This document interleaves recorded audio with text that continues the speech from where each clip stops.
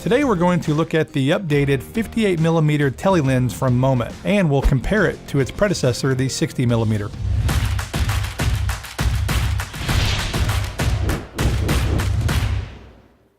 If you shoot with Filmic Pro, definitely check out our LUT packs. We now offer Log version 2 along with Legacy Log version 1 profiles, so you get 2 for 1 in one LUT pack. Please visit our website for more information. Link is in the description. Hey guys, Blake Calhoun here. Last year I shot a short film for the Moment Invitational using the older 60mm tele lens. And to be honest, I thought it performed well. It helped create some nice shallow depth of field, and the image looked pretty good overall. At least I thought it did. A few days ago I got the new updated 58mm tele lens, and this is some test footage I shot using it.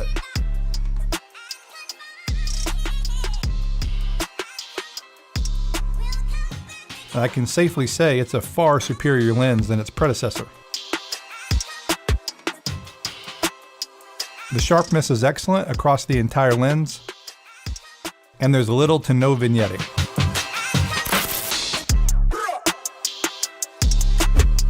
The new 58mm is a larger lens. They're both well built, but the new one is heavier. So here's the first test shot of a boring white wall. This is one way I thought I could easily test and see the vignetting. Now here on the 60mm, you can instantly see that the shot looks different. The edges have vignetting, especially on the right-hand side, and the entire image is softer. Here's a side-by-side to see the difference. And this footage was shot 4K, and I'm editing in HD, so I zoomed in to 100% to show the corner. The edges are quite soft, along with vignetting on the 60mm. And then here's the newer 58mm as a comparison. You instantly see more detail and no vignetting. And so I also did a few more tests shooting around my office. And I brought in my friend Spider-Man to help out. This first shot I was probably about 7 to 8 feet away. This is the newer 58mm lens, and I like that you can still get some shallow depth of field even from that distance. And then here's the older 60mm. It's a little bit tighter shot, of course, and then the vignetting and the softer image too. Here's the side-by-side comparison. And pushed in on the image, you can really see the better sharpness of the 58mm here, especially if you're watching this on a computer or maybe a TV. So for the next test, I just moved the camera closer. It's just a couple feet away now from Spider-Man. Getting some nice shallow depth of field from this distance, and again, edge-to-edge sharpness looks good and no vignetting. And then here I left the camera rolling while I changed the lens. So here's the native iPhone lens. The Tele definitely makes a big difference. And now back to the 60mm. The vignetting is kind of hidden here, but it's still there. And then the up-close comparison here really shows how the 58mm has more detail and is a sharper lens. The next setup, I wanted to see some sky and some clouds. So because I'm lazy, instead of going outside, I just shot through a window. First up, the newer 58mm.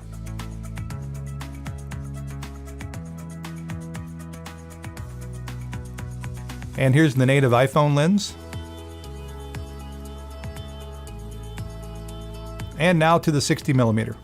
Vignetting pretty apparent in this shot. And by itself, it doesn't look necessarily soft, but when you compare the two, the new 58mm is definitely sharper. And you can really see that in this close-up shot. Look at the wires especially. They almost look out of focus. Okay, one final test here using a slider dolly. And I brought the toy motorcycle with me. By the way, using a Rhino slider dolly here that's really cool. I'll put the link in the description, and I'll probably do a review on this in the near future. I'm using Filmic Pro, and I'm using the autofocus to more or less rack the focus for me as I dolly in.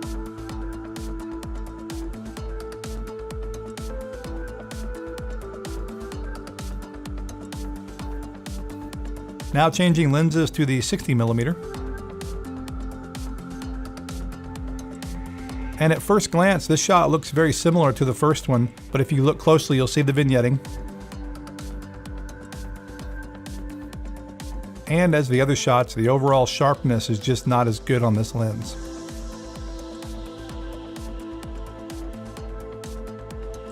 So I didn't realize how soft that lens was until I did this test.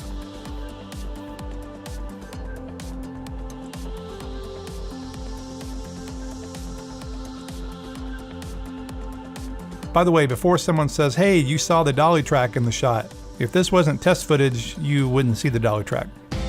I was actually on the fence about getting this new lens. I didn't think it was necessarily really worth it, but after doing this test, I have to say, if you're on the fence, this is absolutely a really good upgrade. So if you're looking to replace your old one or just a new tele lens, this one gets a big thumbs up from me. Just as a side note here, I shot all the B-roll in this episode with the Osmo Pocket. Love the portability and the ease of use, but still debating whether the quality's there or not. I don't know, what do you think? Thanks for watching, guys. Please like, subscribe, and we will see you in the next one.